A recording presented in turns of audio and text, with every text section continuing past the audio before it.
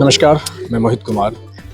पूरा एक माहौल बन रहा है और पूरा देश बदल रहा है और इस बदलते देश के अंदर जहाँ बड़े-बड़े इंफ्रास्ट्रक्चर तैयार हो रहे हैं, सड़कें तैयार हो रही हैं, तो दूसरी तरफ गाड़ियों को लेकर भी एक नई विचारधारा इस देश के अंदर तैरती नज़र आ रही है। अब लोग कन्फ्यूज़ होने लगे हैं कि गाड़ी को पेट्रोल रखें, डीज़ल रखें, इलेक्ट्रिक रखें, हाइड्रोजन रखें। तो ऐसे में हमारे साथ एक एक्सपर्ट हैं जो कि चैनल चलाते हैं आस्क कार गुरु के नाम से, और उनको अक्सर आपने अपनी वीडियोस में देखा होगा और हर गाड़ी की डिटेल वो हम हमेशा देते हैं। मगर आप उनसे जानेंगे कि आखिर वो खुद पर्सनली अगर बात करें तो कौन सी गाड़ियाँ इस्तेमाल करते हैं और क्यों करते हैं। सर, स्वागत है सर आपको हमारे चैनल पे। Thank you. ये बोला याद करने के लिए।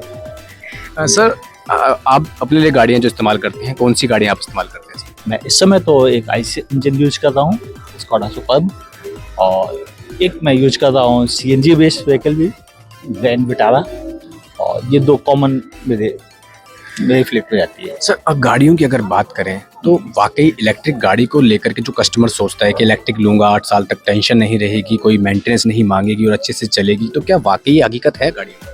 हाँ, ये बात सही है। 8 साल तो वारंटी है केवल। एक्चुअल में जो बैटरी और मोटर की लाइफ है वो बहुत ज़्यादा है उससे। एक बैटरी की लाइफ लगभग मान के चलें तो 12 से 15 साल होती है, और अगर हम उसकी मोटर की बात करें तो मोटर 20 लाख किलोमीटर के लिए सेफ़ है, और 20 लाख किलोमीटर कोई भी अपनी गाड़ी नहीं चला सकता है, तो मोटर काफ़ी सेफ़ है।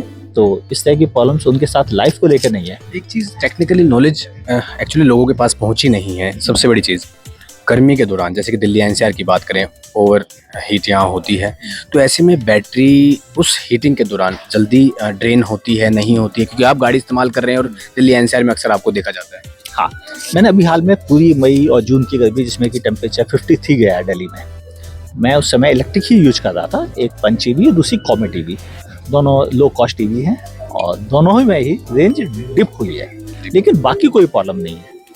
जैसे पंच में लगभग नॉर्मल गर्मियों के मुकाबले उस हीटिंग वाली जो एक्सेस डे थे उन दोनों 5 से 10% कम हो गई थी, और कॉमेट में भी ऐसी 5 से 10% कम हो गई थी, जब बहुत ज़्यादा। और अगर पानी की बात करें, कहते हैं कि जो पेट्रोल गाड़ियाँ होती हैं, डीजल गाड़ियाँ होती हैं, साइलेंसर तक पानी में अगर डूब जाती हैं तो बंद हो जाती हैं। इलेक्ट्रिक गाड़ियाँ क्या सुटेबल हैं, सक्षम हैं इस चीज़ में कि किसी अंडरपास से भी अगर गुजरे हैं और उनको शीशे तक भी अगर पानी आ जाए तो वो बंद नहीं हो? देखिए, बैटरीज जितनी हैं इस समय आ रही हैं इंडिया में या वर्ल्ड वाइड, वो सब IP67, 65 IX रेटिंग के साथ आ रही हैं।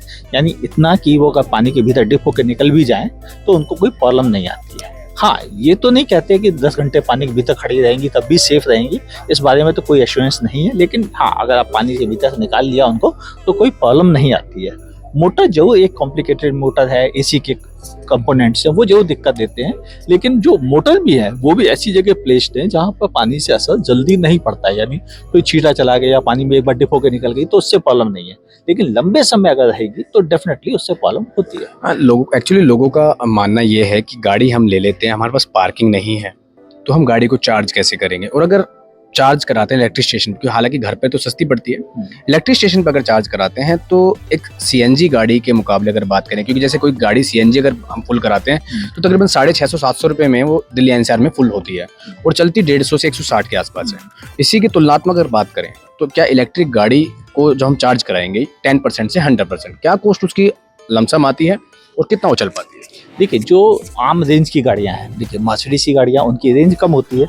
जो नॉर्मल गाड़ियां, उनकी रेंज कॉस्ट वाइज काफ़ी अंतर है। जैसे अगर हम पंच भी मान लें, जो कि एक नॉर्मल इंडियंस की रिक्वायरमेंट पर फिट बैठने वाली इलेक्ट्रिक व्हीकल है, वो अगर आप लेते हैं, उसको चार्ज करते हैं तो 10% से 100% पहुँचने में उसे लगते हैं मुश्किल से लगभग 24 यूनिट, और 24 यूनिट का खर्च जो बाहर है वो इस समय 24 से लेकर 32 रुपये है इंडिया के अलग अलग कंट्रीज में, अलग अलग शहरों में, सॉरी।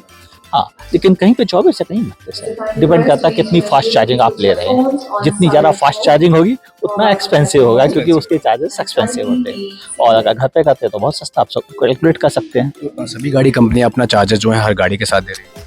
हाँ, एक चार्जर कंपलसरी है, चाहे आप पोर्टेबल लें, चाहे आप अपने घर में फिक्स करवाने वाला लें, ये दोनों में से कोई एक चॉइस मिलती है आपको। जी जी जी जी।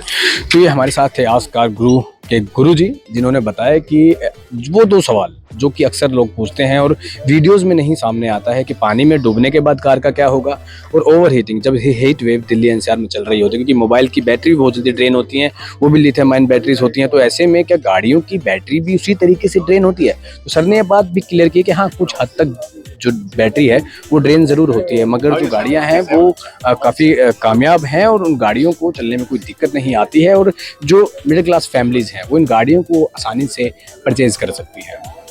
हमारी इस खबर को आप शेयर भी कीजिएगा। इस वीडियो को अगर आप फेसबुक पे देख रहे हैं तो हमें फॉलो कीजिएगा, इंस्टाग्राम पे हमें फॉलो कीजिएगा, यूट्यूब पर हमें सब्सक्राइब कीजिएगा, जिससे कि कार से जुड़ी और आम आदमी से जुड़ी जो जानकारी है वो आप पर समय रहते पहुँच सके। धन्यवाद।